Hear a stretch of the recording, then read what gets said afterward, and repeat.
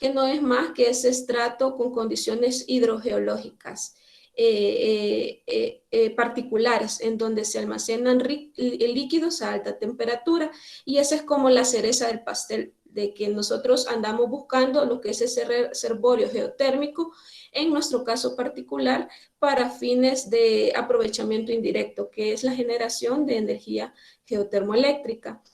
Luego tenemos otros elementos como son la capa sello, que es ese estrato que envuelve el reservorio geotérmico y que aporta tanto en la parte de almacenar todo el fluido, ¿verdad? La parte hidráulica de tener una anomalía, parece un reservorio caliente, y también aporta en la parte de temperatura, ¿verdad? Que viene siendo también como un aislante térmico del sistema. Luego tenemos el patrón de fluidos, que es en la dirección en la que se mueven todos estos fluidos dentro de esa anomalía térmica, y zonas de descarga en donde pues tenemos manifestaciones vistas en superficie, llámese fumarolas, suelos calientes, y otro tipo de manifestaciones en superficie que me dan indicativo que estoy ante un sistema geotérmico. Entonces, esto análogamente podemos verlo como una vasija que por alguna razón se rompió, y todas esas fracturas por alguna razón se llenaron de agua, y si yo pongo esa vasija rota con fracturas en agua y la pongo al fuego, voy a tener pues un proceso convectivo muy probable dentro de esos caminos llenos de agua, y pues esa dinámica del fluido es lo que en este caso pues asemejaría pues a ese patrón de fluidos dentro de un sistema geotérmico.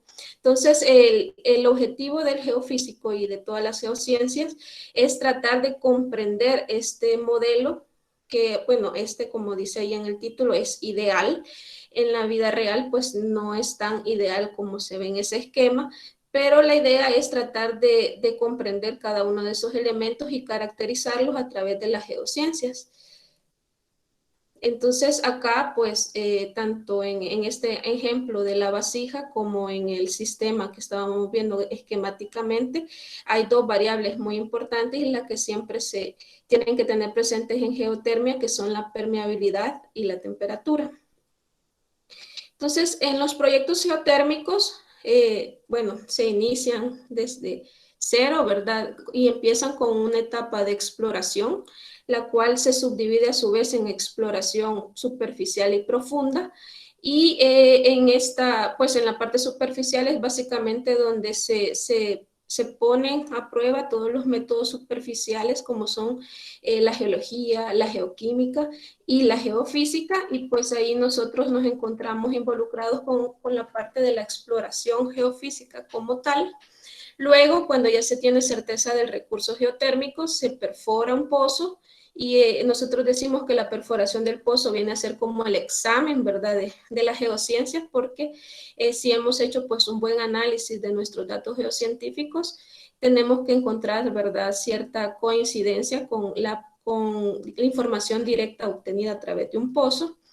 Y luego, cuando ya se tiene cierto potencial del recurso bien establecido, pues ya se puede pensar en la etapa de ingeniería y construcción con la puesta de una planta geotermoeléctrica y la operación y mantenimiento. Entonces, ya en esta etapa más operativa, también la geofísica juega un rol muy importante a través del monitoreo. Entonces, esas son todas las etapas, digamos, de un proyecto desde la exploración hasta la operación de la planta geotérmica, y pues la geofísica se ve involucrada con todas sus metodologías en algunas de estas etapas.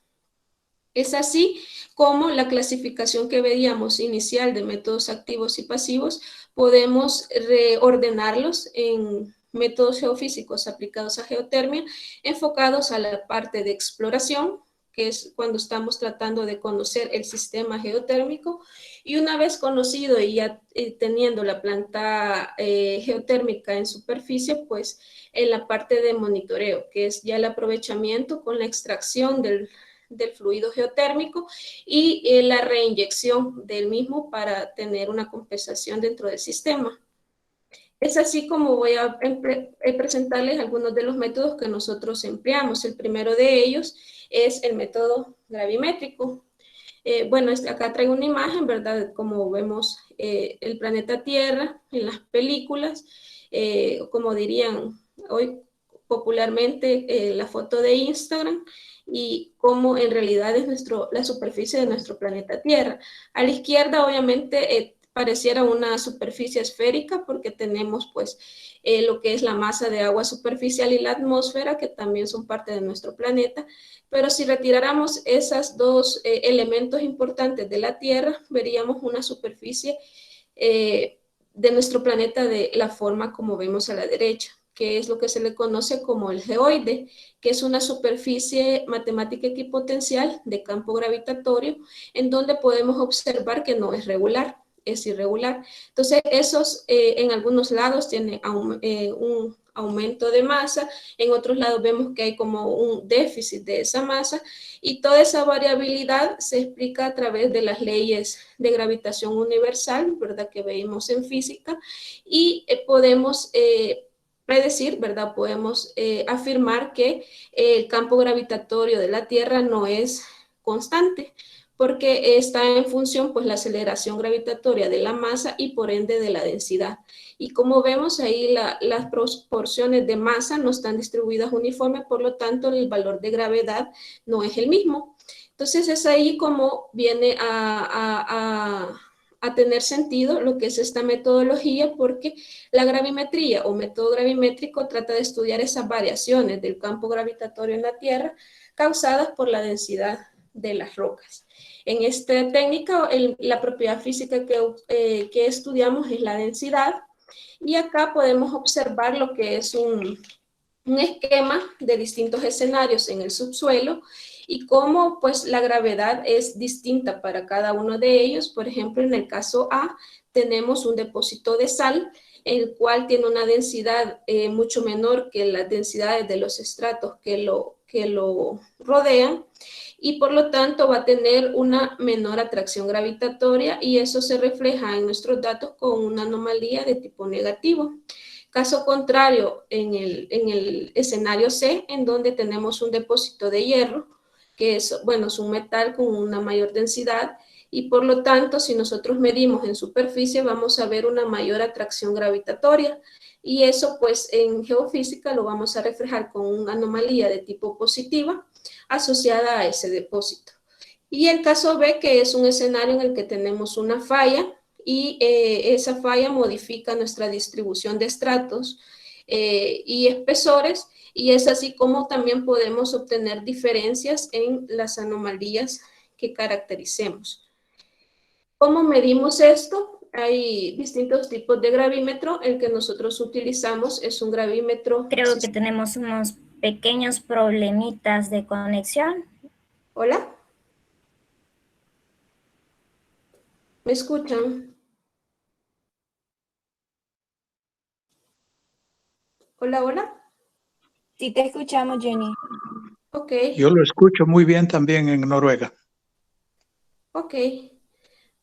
Bueno, si siguen existiendo problemitas, tal vez me pueden ahí interrumpir para parar. Bueno, estos equipos que nosotros utilizamos es un gravímetro tipo sistema masa-resorte, que es como el que vemos en esta fotografía, y el gravímetro que acá el compañero está manipulando, el cual consiste en una disposición de un sistema masa-resorte como el que vemos en este esquema, y que básicamente se rige por la ley de Hooke que vimos allá en física. La ley de Hooke, ¿verdad? Que me mide lo que es la deformación dependiendo de la masa, ¿verdad? Que yo le esté colocando a ese resorte. Entonces, digamos, en términos sencillos, el gravímetro funciona con ese principio físico, que ya pues con un diseño electrónico y más automatizado, lo vemos a través de este equipo. Entonces, las unidades que nosotros medimos son los unidades de aceleración. En este caso se usa en el sistema CGS los gales, que un gal equivale a 1 centímetro sobre segundo cuadrado, y pues en geotermia usualmente esas variaciones son muy pequeñas, por lo tanto nosotros vamos a utilizar el prefijo mili para hablar de miligales, y pues en algunos casos también cuando se trata de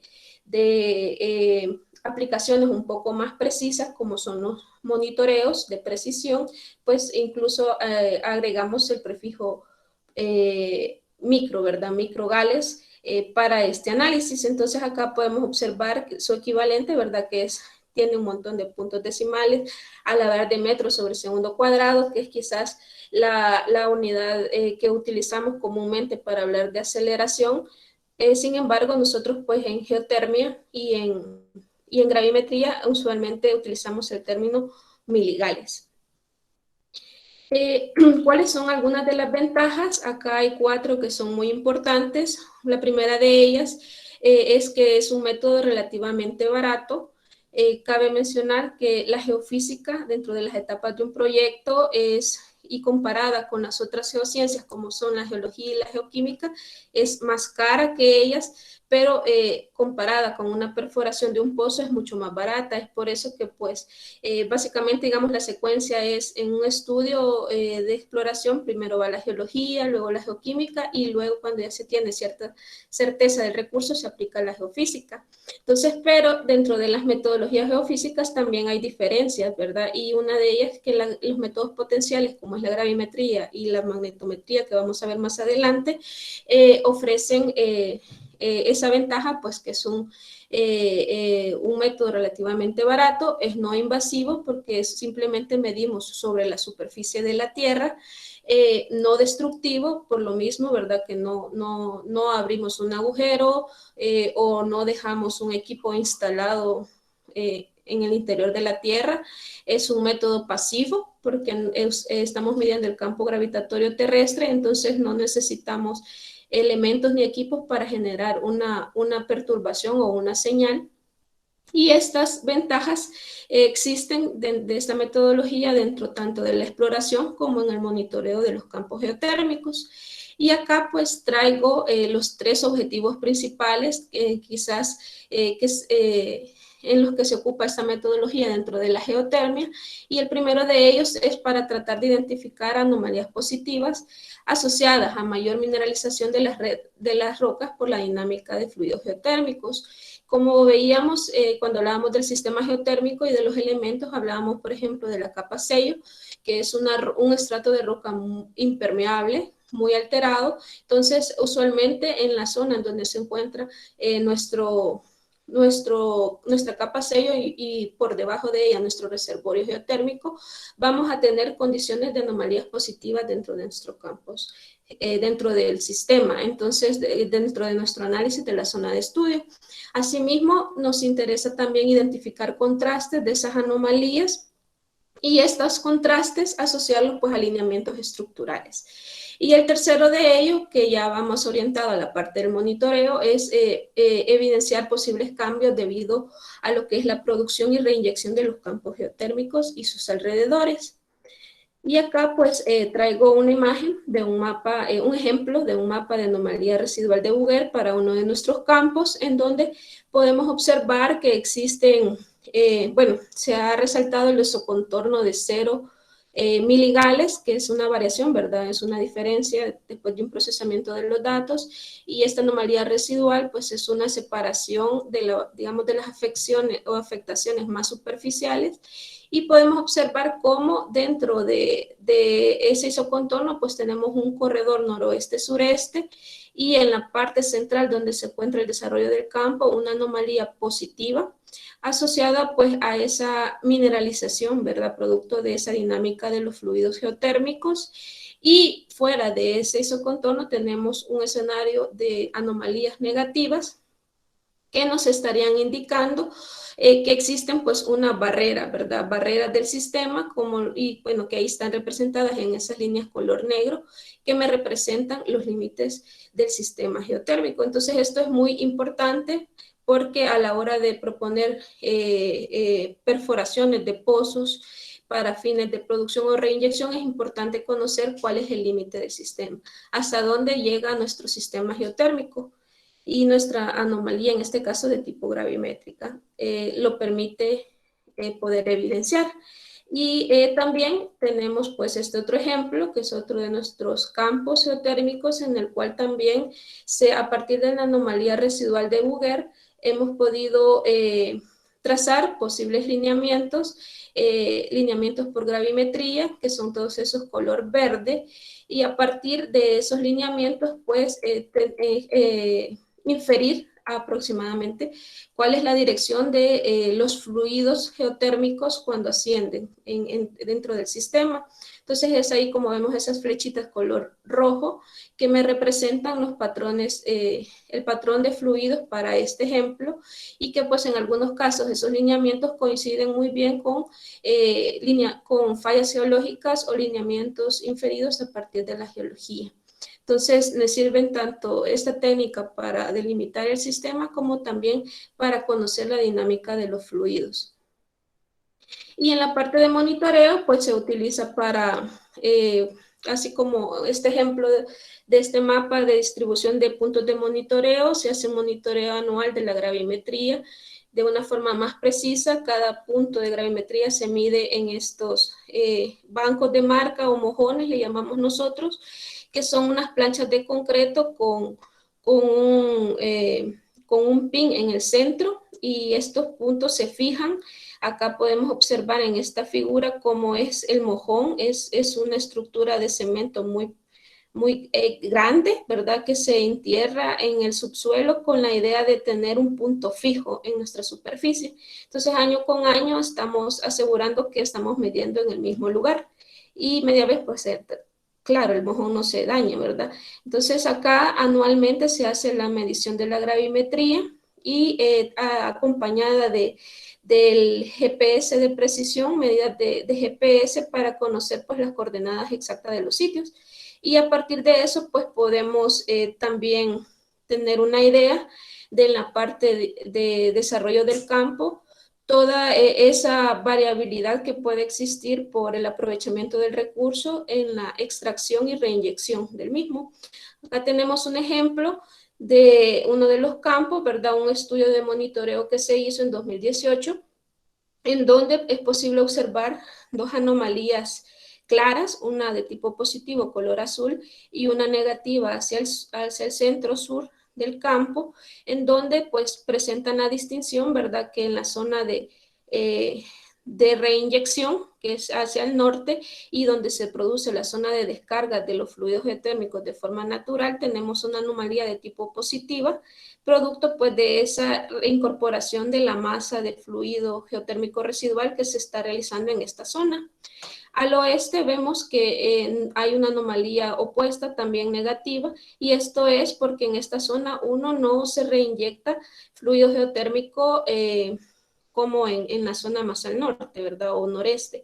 Y segundo, pues para este año, desde el año 2017 y 2018, se presentó a partir de la sísmica varios enjambres sísmicos en esta zona que podrían interpretarse pues como un comportamiento en donde se produjo cierto grado de permeabilidad producto de esa sismicidad natural que se produjo en esa zona en específico, cerca de este mojón 15, que es el que refleja el valor más bajo, y que esa pues permeabilidad se refleja en los datos gravimétricos como una anomalía de tipo negativa. Es decir, no, como no estamos reinyectando, pues hay permeabilidad, pero no hay fluido a través de esas fracturas. Y hacia el sur, pues tenemos una anomalía negativa que está asociada pues a la zona de producción del campo geotérmico para este ejemplo. Entonces, si comparamos con el modelo conceptual, vemos que coincide, ¿verdad? Esos cambios gravimétricos. Aquí es esta misma información, solo que de forma gráfica, en donde vemos esa distinción de la zona de producción con la zona de reinyección. Entonces, estos son monitoreos que realizamos de forma anual. Todos los ejemplos anteriores son ejemplos de interpretaciones cualitativas, pero también en geofísica y en gravimetría podemos hacer una interpretación de tipo cuantitativa, en donde pues ya asignamos valores de densidades de las rocas, y eso lo podemos hacer a través, por ejemplo, de modelos gravimétricos 2.5, que son, un ejemplo es este perfil que podemos observar acá. El 2.5 se diferencia del modelo 2D, que vemos en dos dimensiones, porque Respecto a que, bueno, en el 2.5 acotamos a un espesor específico, mientras que al hablar de modelos 2D usualmente se asumen espesores de las capas que estamos modelando de tipo infinito. Entonces, cuando ya acotamos a un espesor determinado, ya estamos como acercándonos un poco más a la realidad, ¿verdad? Porque tenemos en la realidad pues capas finitas con espesores y distribución finita. Entonces acá tenemos un ejemplo para uno de nuestros campos de un modelo 2.5 en donde se ha tratado de modelar el reservorio geotérmico, la capa sello, la capa superficial y el basamento del sistema geotérmico, es decir, la base donde reposa el reservorio. Y esto se ha hecho en conjunto con información de pozos, ¿verdad? Información de litología y fases mineralógicas, así como también en las zonas donde no hay datos, pues con apoyo de otras técnicas geofísicas como es el MT, que me permite también identificar lo que es la capa sello y el reservorio. Entonces ya a partir de esto podemos decir asignar valores específicos de densidades para nuestros campos, en este caso, pues a partir de este modelamiento. Luego, el siguiente método es el método magnético. La magnetometría es aquella destinada a estudiar lo que son las variables de campo magnético en la superficie, con el fin de interpretar, ¿verdad? Y de localizar variaciones asociadas a los cambios de susceptibilidad magnética de las rocas. Como sabemos, las rocas se componen de minerales y los minerales ofrecen propiedades físicas específicas. Entonces, el magnetismo en nuestro planeta, como vemos en la imagen de la izquierda, ¿verdad? Nos vemos todos ahorita envueltos en un campo magnético natural que varía con respecto al tiempo, como vemos en esta animación, ¿verdad? Si la vemos detenidamente, nos vamos a dar cuenta que a través de los años el campo magnético varía. Y pues esa variación de ese campo al interactuar con las rocas también produce cambios. Entonces, la idea de esta técnica es estudiar el magnetismo de las rocas.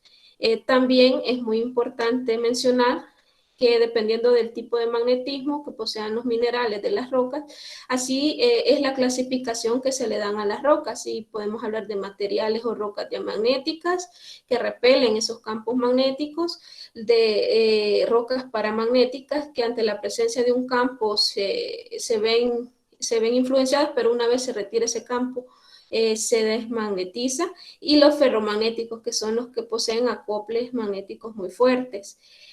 Y a la vez también es importante, en este caso particular de aplicación geotérmica, tener presente que existe una temperatura para todos los materiales de nuestro planeta, no solo para las rocas, a las cuales pues un material que está magnetizado pierde su magnetismo. O sea, esa temperatura es la que se le conoce como temperatura de Curie. Y acá pues tenemos un ejemplo, ¿verdad? Que arriba de los 580 grados centígrados, obtenemos pues una disposición magnética aleatoria, y a medida se disminuye esa temperatura, pues estamos observando cierto grado de magnetismo que se refleja acá con el ordenamiento de los espines magnéticos. Entonces, esto es muy importante en nuestro caso particular geotérmico, porque hablábamos de que la geotermia pues se produce a alta temperatura. Entonces, el fenómeno de desmagnetización va a estar presente en nuestras rocas geotérmicas, en nuestros ambientes geotérmicos, y por tanto también esta técnica, aparte de brindar información sobre la permeabilidad como la gravimetría, nos podría en ocasiones dar indicios también de la variable temperatura, que es muy importante. Entonces, las susceptibilidades magnéticas son variadas, ¿verdad? Dependiendo del tipo de roca, y observamos acá en este esquema que las rocas ígneas las rocas ígneas, ¿verdad? Que son de origen volcánico, son las que poseen materiales o minerales más ferromagnéticos, como los que vemos ahí a la derecha. Cuando hablan de magnetismo, casi siempre pensamos en una magnetita, pero hay otro tipo de minerales que también ofrecen condiciones propiedades magnéticas, ¿verdad? Como son la titomagnetita, la pirrotita, perrotina y la hematita. Entonces, es por eso que el método magnético es muy aplicable en geotermia, porque la geotermia, si bien en ocasiones puede darse en ambientes sedimentarios, pero también es más común en ambientes ígneos, ¿verdad? Porque necesitamos altas temperaturas, que usualmente nos los producen los intrusivos magmáticos, como son las cámaras magmáticas de los sistemas volcánicos. Entonces, es ahí donde tenemos materiales más ferromagnéticos y este método geofísico de potencial es muy importante. ¿Cómo lo medimos? A través de magnetómetros de precesión protónica.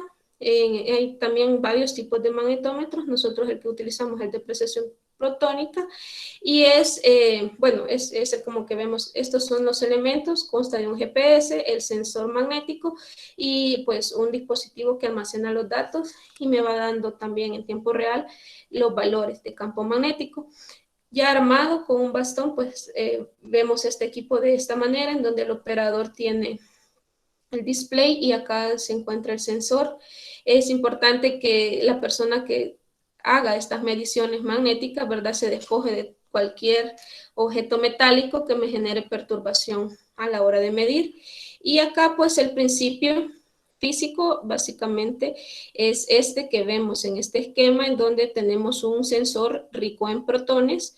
Es muy usual que estos equipos traigan queroseno, que es como el combustible de los aviones, que ofrece la característica que es rico en núcleos de hidrógeno. Y acá lo que se hace básicamente es generar en el sensor una corriente eléctrica que me genera un campo magnético intermitente, ¿verdad?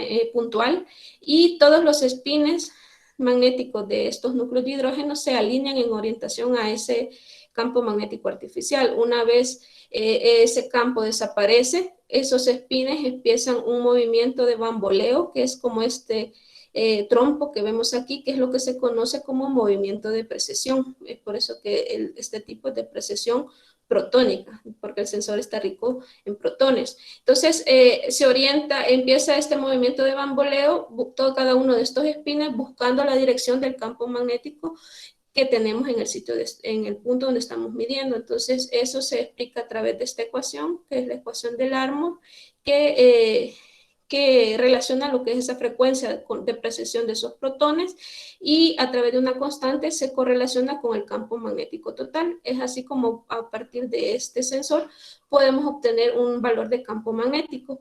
Las unidades en este caso son los teslas, pero también por las variaciones usamos más el término nanoteslas en geofísica y pues no es la excepción en geotermia, que es pues un prefijo de 10 a la menos 9 teslas. Las ventajas son las mismas que en caso magnético, que es un método pasivo, que es relativamente barato y es no invasivo y no destructivo. Y acá pues tenemos dos objetivos principales y este es un método que se aplica más en la exploración, en la etapa de exploración. Aún no hemos incursionado a la parte de monitoreo de campos con el método magnético, sin embargo, pues alrededor del mundo sí hay un monitoreo del campo magnético total, ¿verdad? Pero acá, pues para la geotermia, los dos objetivos principales es la identificación de anomalías positivas y negativas. Las positivas que van a estar asociadas a rocas menos alteradas por la dinámica de los fluidos geotérmicos, por ejemplo, rocas sanas donde no atraviesa pues el fluido geotérmico, o intrusivo, ¿verdad? Como son los ambientes muy volcánicos y los conos volcánicos, a veces cuando no tienen incidencia de fluidos geotérmicos, tienen ese comportamiento. Y también el otro, y quizás el más importante, es la detección de anomalías negativas asociadas pues con la desmagnetización de las rocas, producto del fluido que atraviesa todas esas fracturas, ¿verdad?, en el subsuelo, y eso pues a su vez se relaciona con lineamientos estructurales y también en ocasiones pues se puede inferir zonas de alta temperatura. Este es un ejemplo de una estación base, de dos estaciones bases en distintos estudios que se han colocado, y si se fijan, se colocan de forma creativa. Acá hasta se ha utilizado el árbol para ubicar el sensor. Y acá esta estación, bueno, se coloca ya sea perenne durante toda la campaña o durante el día de trabajo en forma continua para dibujar las variaciones del campo magnético, como el que observamos en este gráfico. Acá se presentan 5 días y vemos cómo el campo magnético no es una línea constante, sino que fluctúa a lo largo del día y pues con los días también varía, no es similar. Entonces, esas variaciones se miden a través de una estación base y se corrigen en los datos posteriormente. Acá tenemos un ejemplo de un estudio hecho en 2005 en donde pues a partir de dos filtros, uno que se llama reducción al polo, se pudo estimar lo que es lineamientos estructurales asociados a esas zonas de desmagnetización, que en este caso se representan con colores más azulados. Y esta es una técnica, igual que la gravimetría, muy útil para la delimitación de lineamiento o la identificación de posibles lineamientos dentro del patrón de fluidos geotérmicos. Asimismo, pues dependiendo del tipo de filtro, si se fijan, estos son los mismos datos, solo que con distinto filtro. Acá, pues con este filtro de continuación hacia arriba, se ha podido resaltar más ese bajo magnético. Y para este caso particular, pues acá al sur tenemos dos cráteres volcánicos y se observó pues que tanto en este cerro como en este cráter de este volcán se tienen valores más negativos. Entonces es por ello que surgió la idea de que hacia el sur seguiremos teniendo este comportamiento de bajo magnético que nos estaría dando un indicio de que el sistema se extiende hacia el sur. Es por ello que en 2017 se hizo una campaña de alrededor de 280 estaciones magnéticas distribuidos cada 250 metros, como lo vemos en ese mapa, y en su mayoría sobre accesos se hizo esta campaña magnética y se analizaron los resultados. Y se observó este comportamiento. Este es un ejemplo de un mapa de reducción al polo, en donde pues lo que se hace es centrar las anomalías magnéticas, en este caso los bajos magnéticos que nos interesan, y a partir de esos bajos magnéticos se pudo identificar posibles lineamientos, ¿verdad?, inferidos a partir de la magnetometría, y es interesante observar cómo en algunas zonas en donde se tienen fallas ya conocidas, ¿verdad?, ya bien identificadas o incluso vistas en superficie, cómo coinciden algunos de esos bajos magnéticos con la prolongación o la existencia de esas fallas. Por otro lado, la zona fumarólica, sabemos que para que exista una fumarola tiene que haber una cierta debilidad, ¿verdad?, para que ese fluido o vapor pueda ascender a superficie. Entonces vemos cómo esta técnica también coincide con zonas fumarólicas que son indicativos de permeabilidad. Entonces esto brinda consistencia pues a nuestro análisis de los resultados. Y acá tenemos un ejemplo de un pozo, que es un pozo de agua, un pozo que no tiene menos de 200 metros de profundidad, que es un pozo que se perforó para fines de potabilización. Sin embargo, no se utiliza para eso, puesto que al hacer los análisis físico-químicos se encontró que eran aguas muy cloruradas, y geoquímicamente, pues aguas muy cloruradas son indicativos de agua geotérmica para cerca de zonas, ¿verdad?, de interés geotérmico. Entonces, este pozo en particular tiene una huella geotérmica y por lo tanto vemos cómo cae sobre ese bajo magnético y sobre esos lineamientos pues inferidos a partir de la magnetometría, dándonos también un indicativo, una correlación de la circulación de los fluidos geotérmicos a escala subsuperficial desde el punto de vista magnético. Y también, pues, igual que la gravimetría, este método también se puede hacer una correlación de tipo cuantitativa. Aquí ya no es densidad, sino que es susceptibilidad magnética. Sin embargo, para hacer este tipo de análisis se necesitan pues, equipos para medir propiamente la susceptibilidad de las rocas, ya sean las muestras de la perforación o rocas vistas en superficie que caractericen, vea, lo que hay abajo. Sin embargo, pues en nuestro caso particular, como la geo, aún no, digamos, no tenemos ese tipo de equipamiento para hacerlo. Sin embargo, pues lo traigo a presentación para que sepamos que también podemos hacer un análisis cuantitativo de esos resultados. Luego tenemos el método eléctrico, que consiste pues en una inyección de corriente conocida en la Tierra. Acá tenemos un tipo de arreglo en donde A y B son mis electrodos de corriente. Inyecto una corriente y esa corriente genera una diferencia de potencial, la cual se mide entre dos electrodos en el interior que son los electrodos de potencial. Y a partir de ecuaciones que describen esas diferencias de potenciales, la corriente inyectada y el arreglo de los electrodos, dependiendo del arreglo que yo ocupe, es posible determinar lo que es la resistividad. Entonces, si tuviéramos un estrato homogéneo, veríamos un valor de resistividad, una curva de resistividad como esta, representada por una línea constante, pero en la naturaleza pues no tenemos eso, ¿verdad? Sino que tenemos estratos con espesores y pues es así como las curvas de resistividad se ven modificadas, dependiendo de qué estrato ofrece mayor resistividad con respecto al otro. Entonces, este método pues estudiamos, con este método se estudia la resistividad de las rocas, que en este esquema vemos que para distintos tipos de materiales, minerales y rocas, es un amplio espectro que va desde el orden de 10 a la menos 8 hasta 10 a la 15 ohmios metros, es un amplio espectro de resistividades, y es por eso que también aquí se extiende, digamos, el análisis de la resistividad a partir de la geofísica, porque hay varias técnicas que la describen, como es el método que ahorita estamos viendo, y el método TDM y el método magnetotelúrico que vamos a ver a continuación. ¿Cómo medimos el método eléctrico? Bueno, en este caso, este es un ejemplo se ocupa un motor generador, un transmisor a través del cual se inyecta la corriente, los electrodos impolarizables, y acá se tiene un receptor y un controlador para poder ir controlando la corriente inyectada y obteniendo esas diferencias de potenciales. Acá se refleja lo que es en una tablita, ¿verdad? Esto fácilmente se puede hacer en Excel, y a través de la ecuación que veíamos en la otra lámina, hacer el cálculo rápido de la resistividad. Si ya tenemos programas propiamente que realicen este análisis de datos, también podemos ocuparlo, como es acá, en donde también se dibuja la curva de resistividad. Acá es la resistividad con respecto a la apertura de los electrodos AB medios, y acá al final se hace un modelo 1D en el cual pues, podemos observar valores de resistividades para distintos tipos de espesores. Es que eso es lo que nosotros le llamamos modelamiento 1D. Entonces, dependiendo de qué tanto abramos las distancias de estos electrodos, así va a ser la profundidad de penetración del método.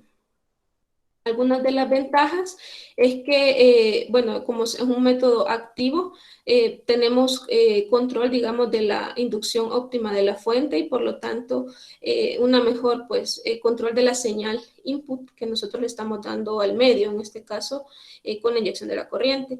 Y mejoramos, obviamente, la calidad de la señal de respuesta. Y lo otro, pues, es la flexibilidad de obtener la resolución deseada. Y esto, pues, está relacionado con el objetivo 3, que está asociado, pues, por ejemplo, nosotros utilizamos esta técnica dentro del ámbito geotérmico para estimar sitios óptimos para instalación de redes de polarización, ya sea de los equipos de la planta o equipos en plataformas, puesto que los ingenieros eléctricos necesitan instalar esta red de polarización en un estrato muy conductor o bajo resistivo. Entonces, a través del método eléctrico es posible obtener una buena resolución a menor profundidad y poder estimar el espesor y el sitio en donde se encuentra esta capa conductora. Pero también, pues, este método se ha ocupado para determinar la distribución de resistividades asociadas a alteraciones hidrotermales, ¿verdad? Cambios en superficie o saturación de agua, también de la porosidad, ¿verdad? En el ámbito hidrogeológico es muy utilizada esta técnica. Y pues hasta el momento se ha utilizado pues básicamente en todo, en los dos grupos, ¿verdad? Dentro del proyecto geotérmico, que es la exploración y el monitoreo.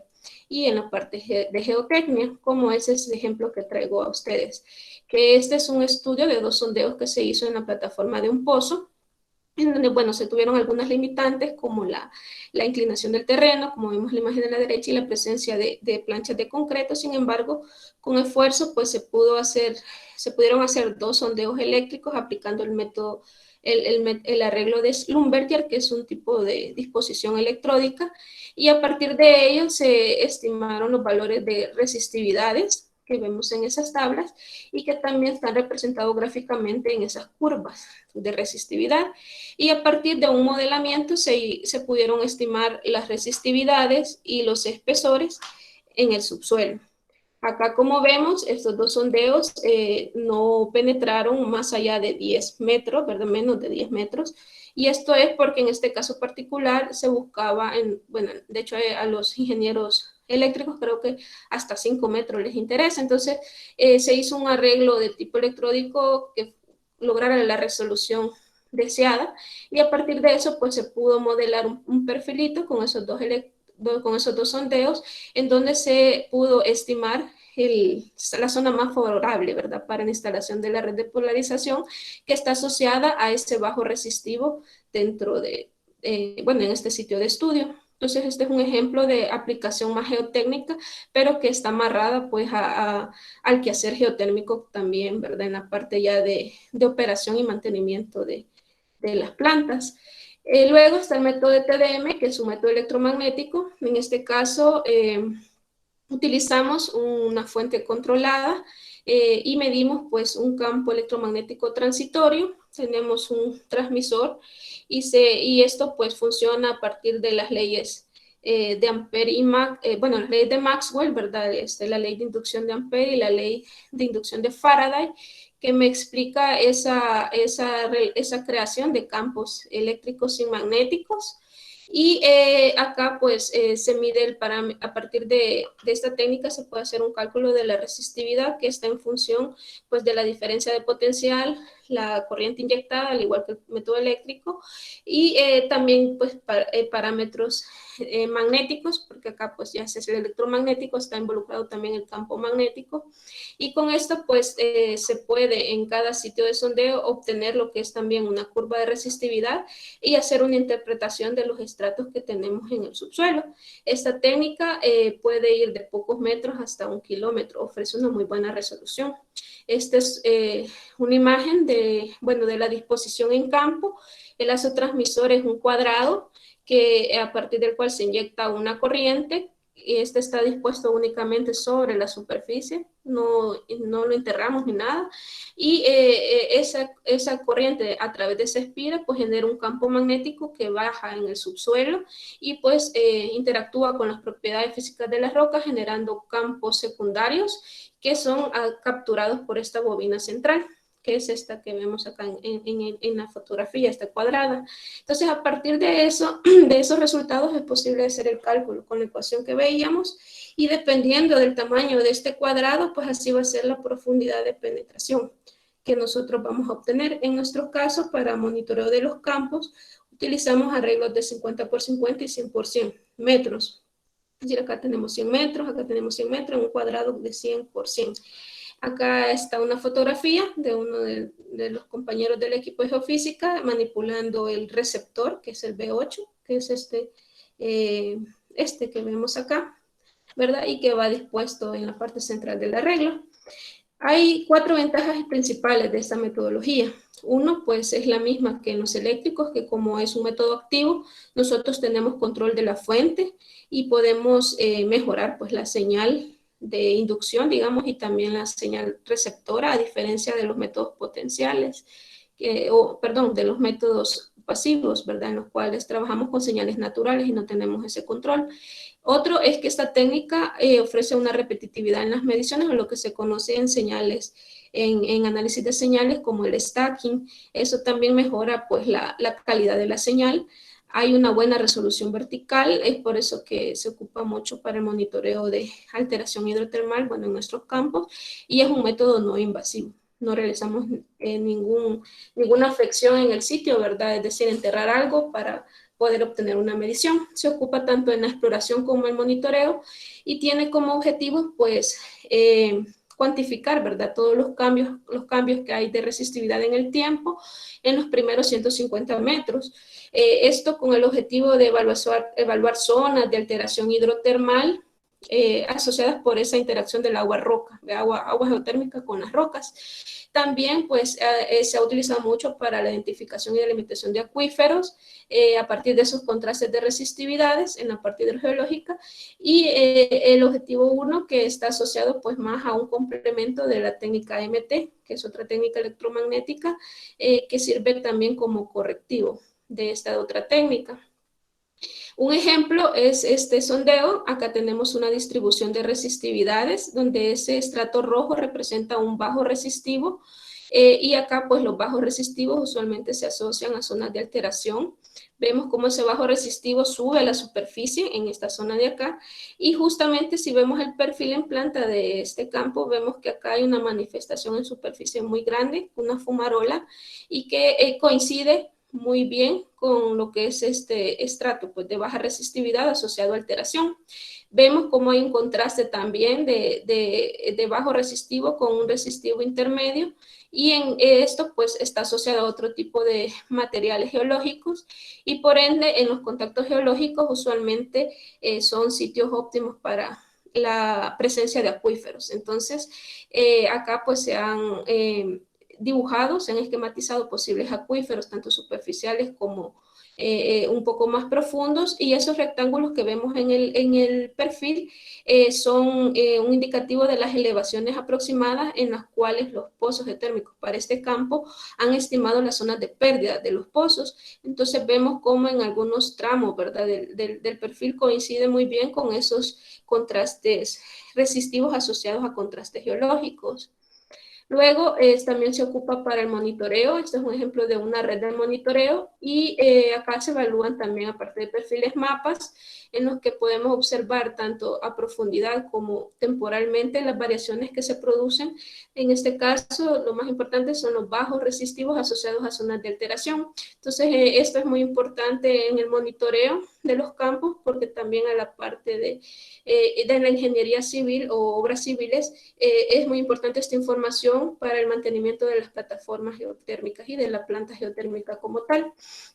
Y también este es otro ejemplo de la aplicación de esta técnica para la parte hidrogeológica, en donde es posible, como el ejemplo 1, identificar posibles acuíferos superficiales y profundos, y también correlacionarlo con información directa que se obtiene a través de los pozos. Luego está el método magnetotelúrico, que es el método MT, conocido como MT o magnetotelúrico, que es una técnica, a diferencia del TDM, que es activo, esta es pasiva, es decir, medimos variaciones de campos eléctricos y magnéticos naturales del campo electromagnético de nuestro planeta, producido tanto por la interacción de la ionosfera y de todas las tormentas solares y todo lo que viene a nuestro planeta, como también de la interacción electromagnética que se genera pues, con las tormentas eléctricas acá en nuestra atmósfera. Entonces, a partir de ese análisis de esas señales naturales, eléctricas y magnéticas, es posible correlacionarlas con también con la matemática y con el tensor de impedancia que relaciona campos eléctricos y magnéticos, y hacer un cálculo pues, aproximado de la resistividad aparente del medio. Entonces acá está el arreglo, acá como el nombre lo dice, electromagnético, tenemos sensores tanto eléctricos como magnéticos, se tienen electrodos que se colocan en forma de cruz en dirección norte, sur, este, oeste, haciendo dos dipolos eléctricos para medir el campo eléctrico horizontal, ¿verdad? En ambas direcciones. Luego, en un espacio bidimensional. Luego se tienen las bobinas magnéticas, que dependiendo del rango pues, de frecuencias que nosotros queramos adquirir, ocupamos distintos tipos, y estas se disponen en un arreglo, en una configuración norte-sur, este-oeste, y una de ellas en tierra vertical para medir la componente vertical del campo magnético, como el que vemos acá en esta figura, que se está enterrando de forma vertical, y las componentes horizontales del campo. Acá pues lo que medimos son resistividades también, están expresadas en ohmios metros, y este es un ejemplo de una estación base, en donde también acá pues para esta técnica se ponen estaciones base, donde se mide la resistividad en un punto específico en todo el día. Estos equipos se dejan alrededor de 12 horas, es decir, se instalan un día y se van a retirar al día siguiente, para poder obtener el mayor espectro electromagnético posible, ¿verdad? Entre más tiempo se deje, se adquieren pues las frecuencias más bajas asociadas a longitudes de onda más largas, y es posible penetrar más con esta técnica. Acá lo mencioné anteriormente, que se complementa con el TDM, porque en la superficie pues tenemos heterogeneidades o a veces hay sitios cercanos a ambientes marinos, entonces el efecto de las mareas genera un desplazamiento o corrimiento de lo que es la curva de resistividad de MT. Decimos que el MT es ciego en los primeros 250 metros aproximadamente, y es por ello que existe ese desplazamiento de la curva que es corregido con la técnica de TDM. Entonces acá lo que se hace es colocar la curva de resistividad de la otra técnica más la de MT y se hace una corrección, ¿verdad? Un desplazamiento hacia la curva de TDM que no sufre este problema. Y eso es muy sensitivo porque acá es una escala logarítmica, entonces estamos hablando, por ejemplo, de resistividad de 1, 10 y 100 ohmios metros. Acá tenemos 100 ohmios metros versus 1 ohmio metro. Entonces, geológicamente hablando, estaríamos hablando de dos escenarios geológicos totalmente distintos, una arcilla y una lava muy sana. Entonces, es muy importante hacer esta corrección para tener la mejor interpretación de los datos. Es por eso que casi siempre en las campañas de MT van acompañadas de TDM. Hay dos ventajas importantes. Uno, que es un método pasivo, ¿verdad? No necesitamos una fuente para generar una perturbación. Y quizás la ventaja más por excelencia es que se adquiere la mayor profundidad de penetración, porque al adquirir más baja frecuencia profundizamos más en el subsuelo y podemos tener informaciones de resistividad del orden de los kilómetros. Entonces es por eso que decimos que lo utilizamos en exploración superficial y profunda, entre comillas, porque no referido a la perforación, sino más bien a la profundidad de la técnica. Y los objetivos, pues acá queremos definir contactos entre materiales, determinar niveles freáticos, también para identificar zonas de fracturas y quizás el más protagónico, que es la identificación y delimitación de lo que es la capa sello y el reservorio geotérmico. Entonces acá tenemos un ejemplo, tenemos un esquema de libro, ¿verdad? Es una ejemplificación pues, de comportamiento de algunos sistemas geotérmicos que se comportan de forma estratificada y resistivamente hablando también hay diferencias inferiores a 10 ohmiómetros asociados a arcillas y superior a 10 ohmiómetros, usualmente se está hablando del reservorio que se define por la fascia mineralógica propilítica. Y acá tenemos un perfil real de datos reales, ¿verdad? Con estaciones MT, en los cuales pues podemos también diferenciar lo que es, nosotros llamamos cúpula resistiva, ¿verdad? Asociada a lo que es el reservorio geotérmico. Acá los valores de resistividades mayores están representados en azul y esta cobertura roja representa lo que es la capa sello. Entonces con MT es muy importante para la definición clara, ¿verdad? O más clara de lo que es estos dos elementos muy importantes. Acá tenemos otro ejemplo, ¿verdad? Este es un perfil norte-sur de uno de nuestros campos y observamos también cómo se define muy bien lo que es la capa sello y también observamos un comportamiento alto resistivo en forma de cúpula y cómo a partir de ese comportamiento en forma de cúpula se puede inferir un patrón de fluidos ascendente, ¿verdad? Y que se distribuye en esta dirección, ¿verdad? Digamos, paralelo a lo que es la delimitación de la capa sello. Entre este estrato muy resistivo y este estrato bajo resistivo, tenemos una resistividad intermedia que usualmente se asocia a nuestros reservorios. Entonces, a partir de MT también podemos estimar espesores y extensiones del reservorio geotérmico que nos sirven pues para el modelamiento y la estimación del potencial de nuestros campos. Vemos como también hacia el norte, pues la capa sello ya no se ve tan definida y esto es debido pues a que a medida nos alejamos de la fuente de calor, en este caso, porque aquí debería la fuente de calor está por esta zona donde está el complejo volcánico y donde ascienden los fluidos, pues hay una menor temperatura, obviamente, y posiblemente también por las limitantes del sistema, pues una menor incidencia del fluido geotérmico. Entonces el desarrollo, la alteración asociada a la capa sello, pues se ve interrumpida en algunos ambientes volcánicos como este. ejemplo, y bueno, acá traigo la imagen que veíamos anterior para ver que pues se cumple también ese comportamiento estratificado de nuestros campos. Luego está el método de sísmica pasiva, que es el penúltimo que voy a mencionar, en donde podemos observar que es un método que se encarga de cuantificar y definir los efectos de los terremotos naturales o los inducidos por fracturas relacionadas con el paso de los fluidos geotérmicos. Acá pues se estudian las propiedades elásticas de las rocas, ¿verdad? Y que esas propiedades elásticas están asociadas pues a velocidades de onda sísmica que se rigen pues por las leyes de Maxwell y también por los parámetros elásticos, como son el módulo de Bulk, los parámetros de cizalla que vemos en estas ecuaciones y que también se encuentra relacionado acá, aunque se ocupa el mismo rho, pero esto está asociado pues a la densidad de las rocas.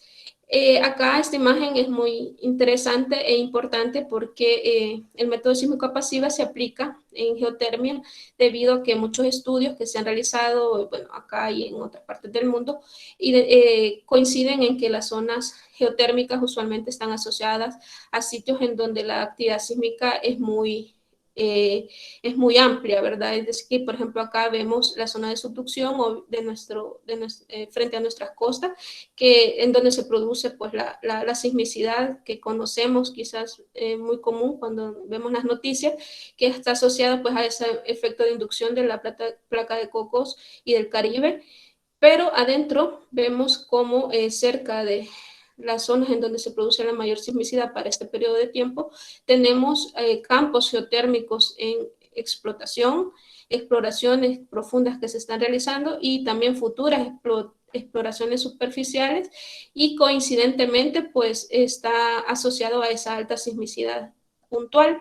Entonces es por ello que la sísmica pasiva es un método muy importante para el análisis, ¿verdad? Y tanto preliminar como en monitoreo ya de los campos. Acá está un ejemplo de una estación sísmica, acá están los elementos, un registrador, un sensor y la batería. Y este es un ejemplo de una estación, básicamente es una pileta en la cual se colocan pues, el sensor y se registran las perturbaciones mecánicas del subsuelo. Ese es un ejemplo de un sismo, ¿verdad? Capturado con el conjunto de estaciones que están dentro de los campos. Se tienen 4 redes de monitoreo y 20 estaciones sísmicas. Algunas ventajas que ofrece este método es que es un método pasivo, ¿verdad? Estudiamos señales naturales, no es invasivo porque bueno, las estaciones están en superficie, ofrece información del grado de permeabilidad del sistema, a diferencia quizás de las otras técnicas que si trazamos lineamientos asociados pues, a fenómenos como la desmagnetización o la mineralización, el aumento de la densidad en las zonas de fractura. Acá pues también puede ofrecer otro tipo de interpretaciones, ¿no?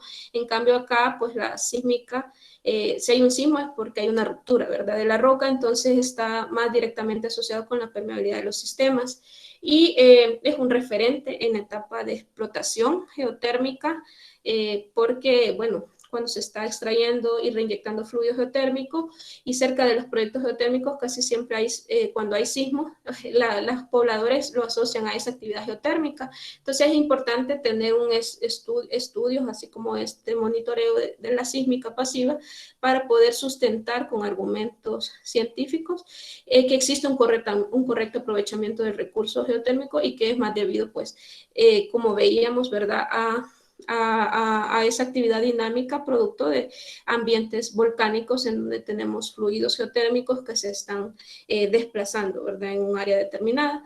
Y otra ventaja es que también ofrece, al igual que el MT, en mayor profundidad en el análisis. Es por eso que se ocupa para exploración superficial y profunda, entre comillas, hablando de la profundidad del método, y en el monitoreo. Y acá pues se tienen 3 objetivos principales. El primero de ellos orientado a registrar la sismicidad local de los sistemas geotérmicos para identificar estructuras activas y estos son indicadores de zonas permeables y que pueden servir como futuros objetivos de perforación, ¿verdad?, para encontrar fluido con un pozo, tener un pozo con permeabilidad, que podamos extraer ese fluido geotérmico y que esté a una temperatura óptima. Y dos, también es importante para obtener la línea base antes del aprovechamiento de recursos. Actualmente contamos con 4 redes, 2 de ellas aún no poseen planta geotérmica. Entonces, esta información que ahorita se está colectando es de suma importancia en estos sitios, porque cuando ya exista la planta geotérmica se va a poder correlacionar, ¿verdad?, el antes y el después, ya que después de la planta pues ya tenemos esa dinámica de extracción de fluido geotérmico, se transforma en energía eléctrica y luego el fluido residual se reinyecta. Entonces se va a tener un mejor control de estas actividades. Y también es importante porque a diferencia de los otros métodos, proporciona información pues, de la posible fuente de calor o intrusivos magmáticos en la zona. Este es un ejemplo de una red de estaciones sísmicas en uno de nuestros campos. Tenemos 5 estaciones sísmicas y acá tenemos un ejemplo de un registro anual en los cuales tenemos sismos cercanos y lejanos. Y vemos cómo, a excepción de enero, tenemos una mayor incidencia de sismos lejanos respecto a los cercanos. A excepción de enero, en donde se produjo un enjambre sísmico dentro de esta zona, dentro de la zona de estos datos, y es muy recurrente anualmente enjambres sísmicos en esa zona focalizada. Entonces, son pocos los sismos cercanos que se tienen dentro del campo geotérmico, por tanto, la incidencia geotérmica se infiere que no es algo que perturbe sísmicamente el área de estudio. Acá tenemos esos sismos de la gráfica dispuestos espacialmente y vemos cómo los sismos se combinan y se juntan en cerca de las zonas de fallas importantes desde el punto de vista geotérmico. Y acá este es un mapa de densidad por kilómetro cuadrado, en donde observamos también más clara esa densidad de sismo que ocurre en esta zona focalizada, ¿verdad? Acá tenemos lo que es también los pozos geotérmicos y vemos cómo esa sismicidad se ve focalizada. Y eso es importante también, porque si no tuviera sismos implicaría que no hay permeabilidad, y sin permeabilidad es muy difícil extraer el fluido geotérmico aunque tengamos temperatura. Entonces sí tiene que existir sismicidad en los ambientes geotérmicos. Este es un ejemplo de una tomografía sísmica de otro lugar, no es de El Salvador, pero es bien interesante observar cómo la densidad de sismos ocurre cerca pues, conectados a la actividad volcanotectónica de este sitio de estudio y a la zona de subducción. O sea, acá vemos también un acompañamiento de varios sismos asociados a esa subducción. Y acá este es un ejemplo pues, de hipocentros para uno de nuestros campos, en donde es posible observar que hay una zona en la cual esos sismos se minimizan, ya no son tan comunes, y es aquí pues donde nosotros podemos inferir la zona de transición frágil dúctil, donde las rocas ya no se rompen, sino que ya tienen un comportamiento más dúctil, como es el magma, y esto es lo que comúnmente nosotros a partir de esto podemos asociarlo a posibles fuentes de calor. Y por último tenemos el monitoreo de variables meteorológicas, en donde acá se tienen 3 objetivos. Uno es registrar esas variables meteorológicas que puedan afectar la operación de las plantas, evaluar la incidencia ambiental dentro de los proyectos y incorporar información de estaciones meteorológicas a estudios hidrogeológicos. Este es un ejemplo de un campo. Se tienen 4 redes de monitoreo con 2 estaciones, y pues es un método que se utiliza únicamente para el monitoreo de los campos por el momento.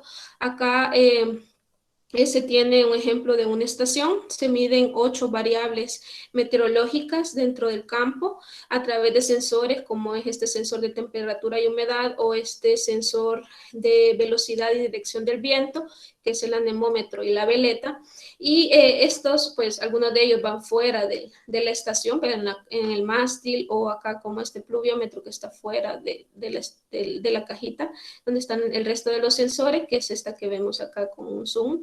Y a partir de aquí, pues dentro de los campos medimos estas variables de presión, temperatura, humedad, radiación solar, dirección y velocidad del viento, así como la precipitación. Estos resultados los reflejamos en gráficos y tablas como estas que vemos acá, y a partir de esto podemos tener una idea de todas esas variables meteorológicas y la incidencia, por ejemplo, en actividades como apertura de pozos, y que cuando se abren esos pozos vemos vapor, ¿verdad?, de agua, podemos inferir a qué dirección y más o menos a qué velocidad pues eso se va a desplazar, ¿verdad?, en la atmósfera. Actividades como esa. Entonces, en la parte ingenieril y ambiental, estos datos son de mucha utilidad. Y finalmente, bueno, acá tenemos un ejemplo de modelo conceptual, donde tenemos un mapa de resistividad y podemos observar cómo a partir de ese mapa de resistividad y con información existente de pozos bueno, y demás información geocientífica de geología y geoquímica, ha sido posible estimar el posible reservorio dividido en dos partes: la parte productora, que es la parte en donde pues, ya se tienen pozos, y el reservorio productor a explorar, ¿verdad?, que es donde no existen pozos, pero por ejemplo geofísicamente en conjunto con las otras disciplinas existe pues evidencia de que se extiende en este caso, para este ejemplo, hacia el sur. También la geofísica se integra con la otra información, como es la información de pozos geológica o información de ingeniería de reservorio, como es la temperatura. Acá tenemos la isosuperficie de 230 grados centígrados y vemos cómo existe cierta coincidencia pues, con esta cúpula resistiva para este perfil en este campo que es norte-sur, ve el perfil. Vemos también cómo coincide pues, la zona de bajo resistivo con facies mineralógicas muy importantes, como es la filítica la filítica y filítica propilítica, asociada pues a lo que es la capa sello, y la fascia propilítica, que está en color celeste, que está asociada meramente al reservorio geotérmico. O sea, acá estamos en una interfase color gris que está asociada pues resistivamente al reservorio. Entonces vemos toda esa correlación de las distintas información geocientífica y cómo converge. Este es otro ejemplo, que es una visualización 3D de los resultados de resistividad y combinados con información de temperaturas de pozos, y así como también con zonas de pérdidas de estos pozos que se han simplificado en un estrato permeable en este caso. Entonces, a partir de eso, pues se han extraído los valores de resistividades y también nos permiten hacer un mejor análisis de estos resultados. Y finalmente, pues, esta es la contribución, ¿verdad?, de todas las técnicas que les he presentado. Yo lo he dividido en 2, 4, 6, 7 ítems, ¿verdad?, que básicamente, así de forma simplificada, la geofísica pues contribuye tanto a la parte exploratoria, ¿verdad?, con la caracterización propiamente del recurso a través del patrón de fluidos, las zonas de permeabilidad, la existencia de un reservorio geotérmico o una capa sello, y también contribuye a estimar, bueno, el potencial de recurso con esa información y el monitoreo, ¿verdad?, de las variables físicas ya una vez se tiene una planta geotérmica y se da un aprovechamiento. ¿Para qué todo esto? Bueno, en geotermia, acá traigo este gráfico, que es en donde podemos observar el riesgo que existen dentro de los proyectos geotérmicos, que inicialmente es alto porque no conocemos el interior de la Tierra ni cómo es el sistema geotérmico, pero a medida vamos explorando tanto superficial como profundamente, esos riesgos se van disminuyendo, aunque, ¿verdad?, el costo vaya aumentando a medida vamos construyendo, explorando, metiendo la geofísica, que es la más cara, luego la perforación, luego la planta. Entonces esos costos se van incrementando, sin embargo el riesgo se va disminuyendo. Entonces esto es muy importante, realizar un correcto estudio pues, los sistemas geotérmicos para tener una viabilidad pues, financiera óptima de nuestros proyectos. Entonces, la geofísica juega un papel importante junto con las otras geociencias en este análisis y reducción del riesgo financiero pues, de los proyectos como tal. Y por último, traigo acá esta lámina que refleja pues, el equipo de trabajo que hace posible la aplicación de la geofísica en la geotermia. Yo aquí les traje 7 metodologías, sin embargo no soy experta en todas ellas. Es un trabajo en conjunto y en equipo que hacemos con estas 10 compañeros. Somos 10 los que integramos el área de geofísica y que nos dedicamos pues tanto al análisis geofísico en dentro de nuestros proyectos acá en El Salvador, en la parte de exploración, ¿verdad? De nuevos campos o de nuevas áreas geotérmicas o extensión de los campos que ya tenemos, así como también en la parte del monitoreo de los campos, los dos campos que actualmente tenemos geotérmicos en Aguachapán y Berlín bueno, entre todos, ¿verdad? Formamos parte de todo este trabajo que vemos ahorita en el recorrido de esta presentación. Básicamente eso es lo que yo tenía para ustedes este día y agradezco mucho la atención prestada.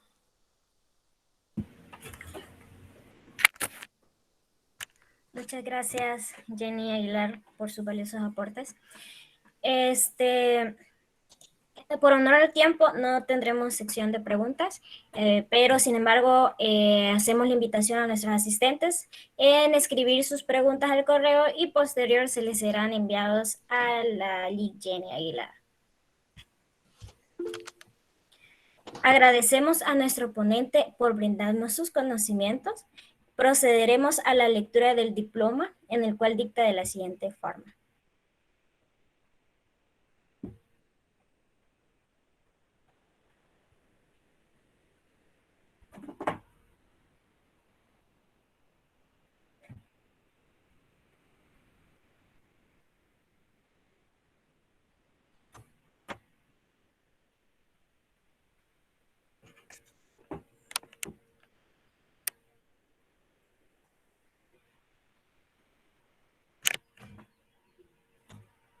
Creo que estamos teniendo un pequeñito problema técnico.